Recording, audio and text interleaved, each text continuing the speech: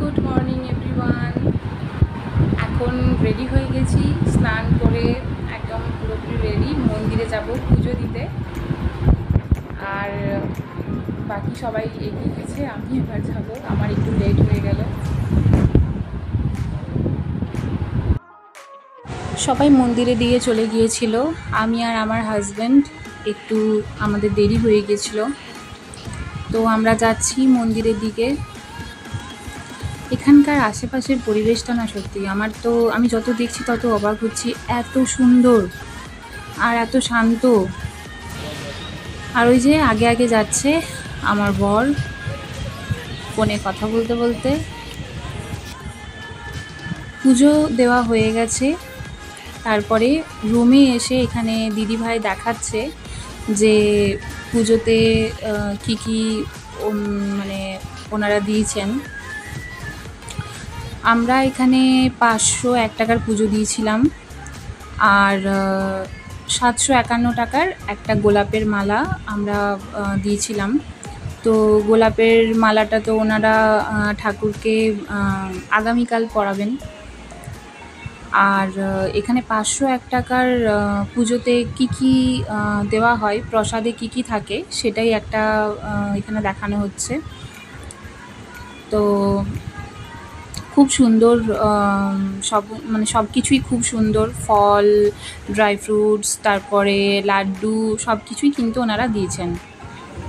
আর দুপুরবেলায় লাঞ্চ করতে গিয়েছিলাম আমরা যশোদা ভবনে। ওখানকার লাঞ্চ কিন্তু খুব সুন্দর। তো এটা ছিল বিকেলের ভিডিও। দিদিভাই রেডি হচ্ছে, এখানে পেছনে বসে আছে ফোন দেখতে আছে। ওখানে মামি রেডি হচ্ছে, আর এখানে মামা পরে থাকে গোপী ড্রেস।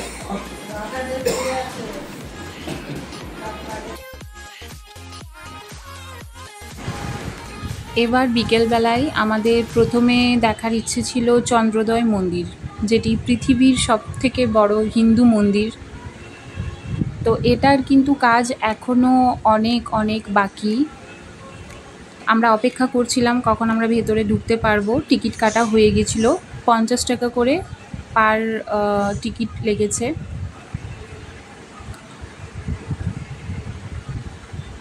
আর অস্বাভাবিক কিন্তু গরম ছিল, জ্যৈষ্ঠী মাস, সেই জন্য প্রচণ্ড গরম ছিল। আমাদের গরমে অবস্থা খুব খারাপ হয়ে গেছিলো।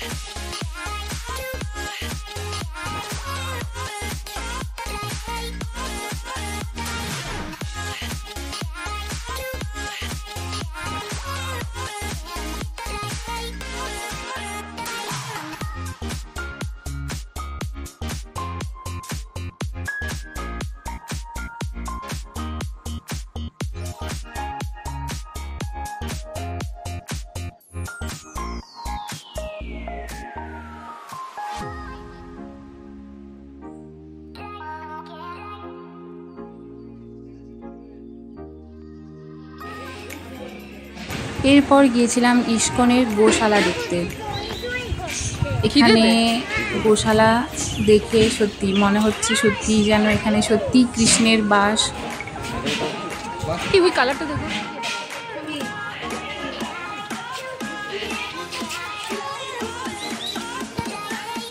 হ্যাঁ গো, চলে এসো চলে এসো।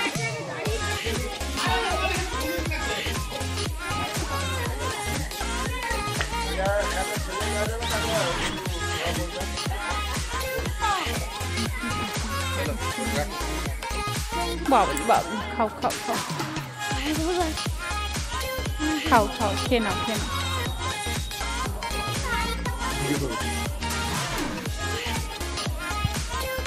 ও বাহ বাহ বাহ বাহ বাহ, খাও খাও খাও খাও।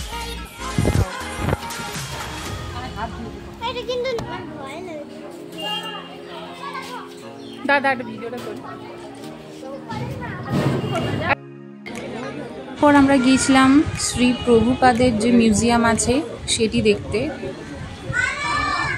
খুব সুন্দর, দারুণ মিউজিয়ামটাই এত সুন্দর। এখানে আমরা একটু ফুচকা খেয়ে নিচ্ছিলাম।